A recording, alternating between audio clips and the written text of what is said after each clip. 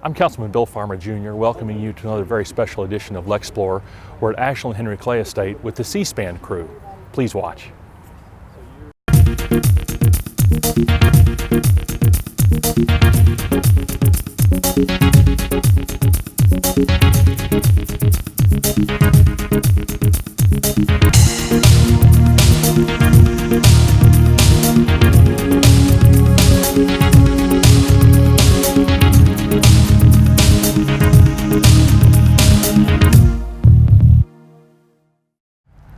Welcome back. I've been joined by Debbie Lamb, who is with C-SPAN. Debbie, welcome to Lexington. Thank you so much for having us.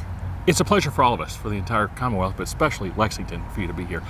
What is your title with C-SPAN? I guess I don't really know that. Yeah, my title with C-SPAN is Coordinating Producer for the C-SPAN Cities Tour. Well, that worked. That fits on a card. Barely, but yes, it does. I think from our time together at the press conference we had done, a lot of people I didn't really understand the roots of C-SPAN and its background. Just tell a little bit about that if you would. Absolutely. C-SPAN was created in 1979 by the cable television industry as a public service. And what that means is that the sort of what we call our bread and butter, it launched in 1979 was C-SPAN, and the goal was to provide gavel-to-gavel coverage, live coverage of the U.S. House of Representatives. Okay. Yeah, fine, and then in 1986 came C-SPAN 2 with the U.S. Senate, and then eventually we picked up C-SPAN 3. But the primary goal of C-SPAN is to show events in their entirety without commercials, without any editorializing on our part, right. And give our audience an opportunity to watch public policy in action, get a direct access to their government officials that they might not otherwise see. And the cable industry provided us with that time on their channel lineup. A lot of individuals or folks still think after 36 plus years that we're funded by the government. I agree. I think that's just a misconception. Yeah, we're not funded by the government. We receive no taxpayer dollars. We don't have advertising. And the cable industry, we're a mission-driven network, based on showing events in their entirety, as I mentioned, showing a variety of points of view. Okay. So we don't want to get in the way of the information. So on our Washington Journal program, for example, it's one of the only call-ins in which we don't have a delay. Yes. In which the audience can have direct access to congressmen, to if you came on and you were working on a federal issue, where they can take calls from our audience members, and we'll make sure that we have a variety of points of view on that show as well.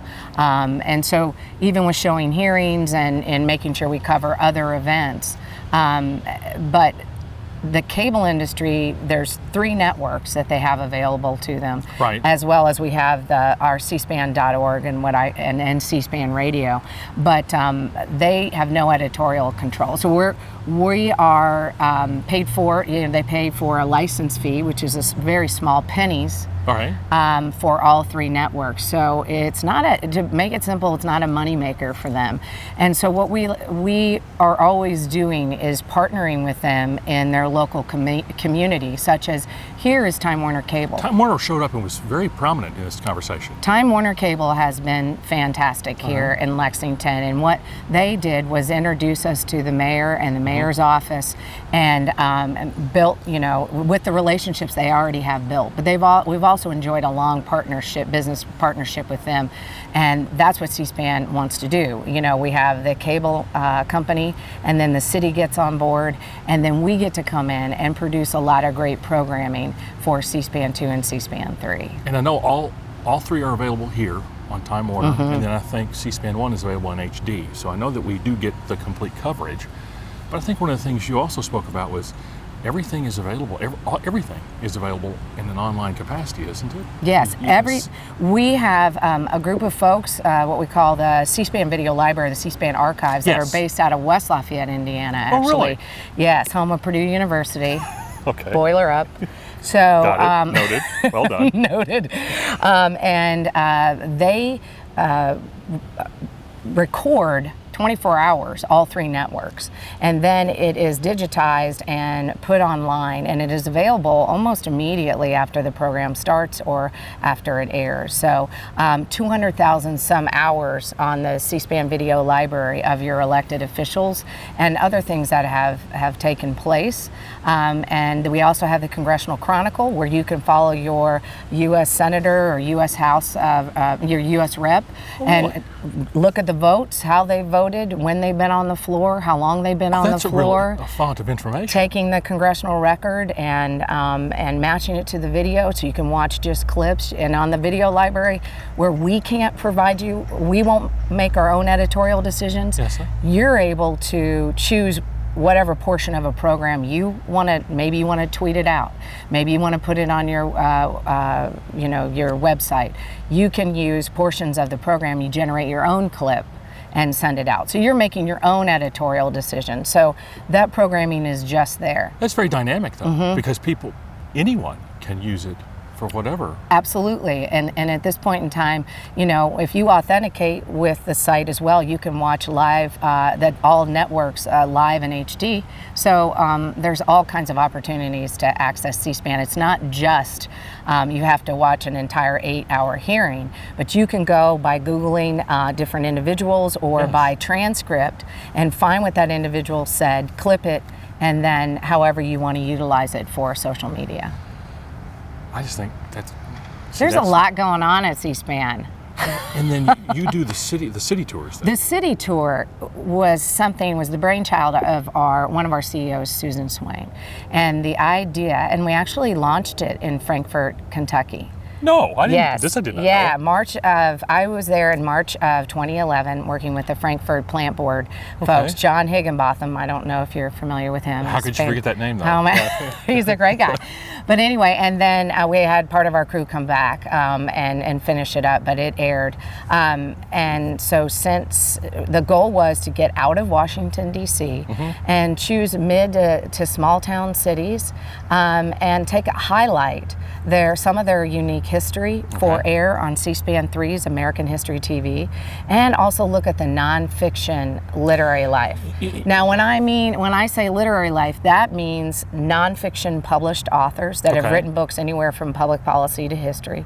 That also means special collections and libraries at universities. Here, University of Kentucky has what we think is a very interesting King Press that's still operational. Did y'all go over there? Were you over there? Yeah, they're over there this morning. Garrett's over there. So, and then all of this programming we collect airs on a special, in this case, Lexington weekend, July 18th and 19th.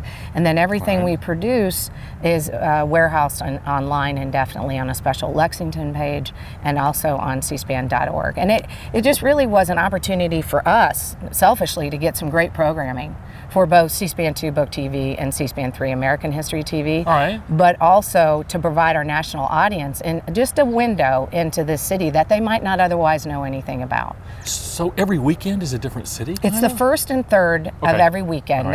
We have a cruise that go out. There's 6 of us.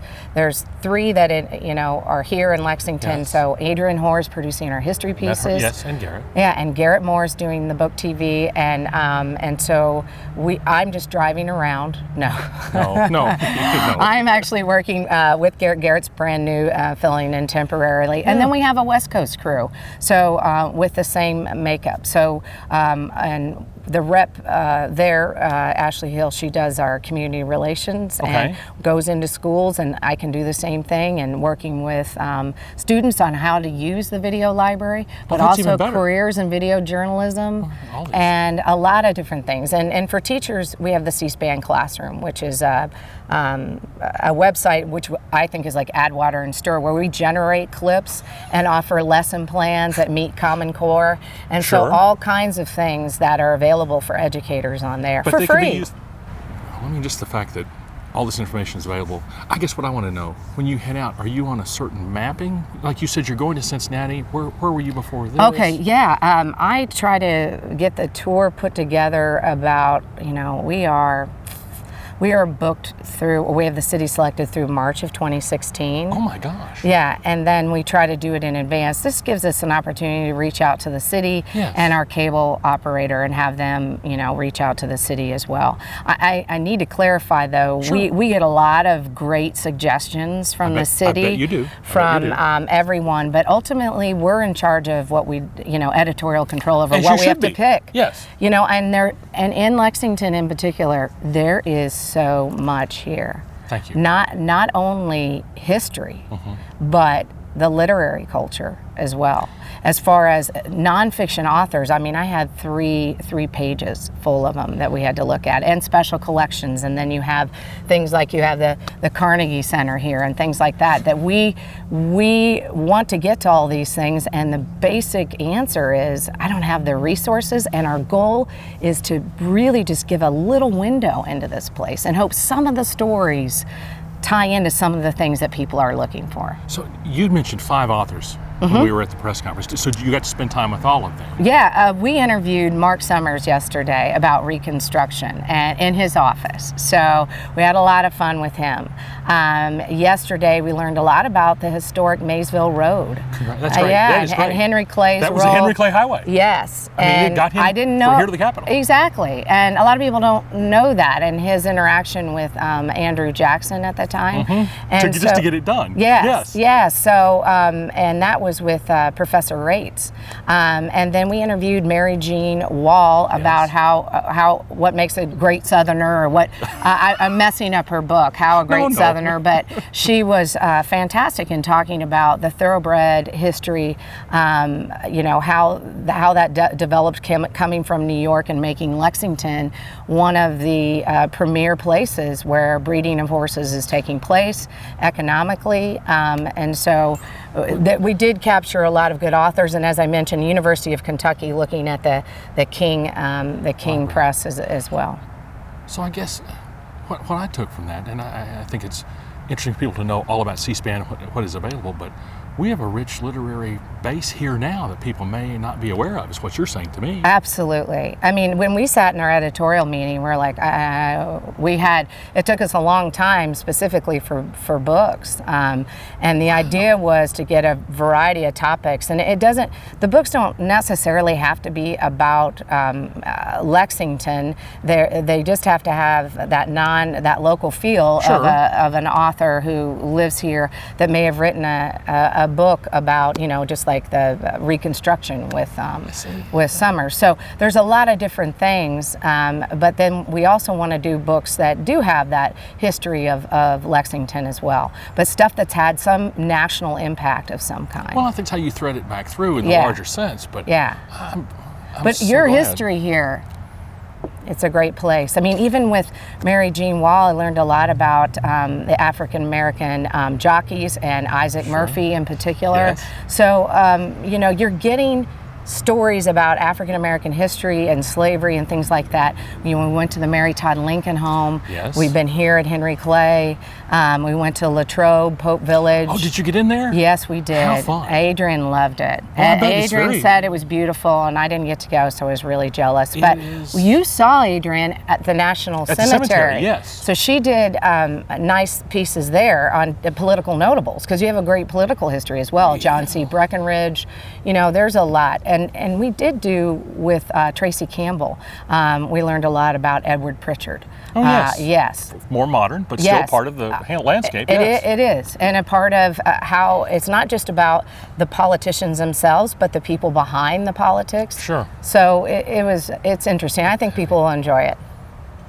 You have been just great to come here and to bring your crew and to make Lexington part of the tour, and I'm so glad we've shown up so well so far. Well, I just want to thank you for doing this, and the folks at GT V3. Oh my gosh, they have been fabulous. The city, the mayor, and of course our partners at Time Warner Cable, and all the folks that participated. You've had several open doors for you. Oh my gosh, yes, it's been wonderful. Debbie, thank you so much. Thank you very much. Such a pleasure. Pleasure.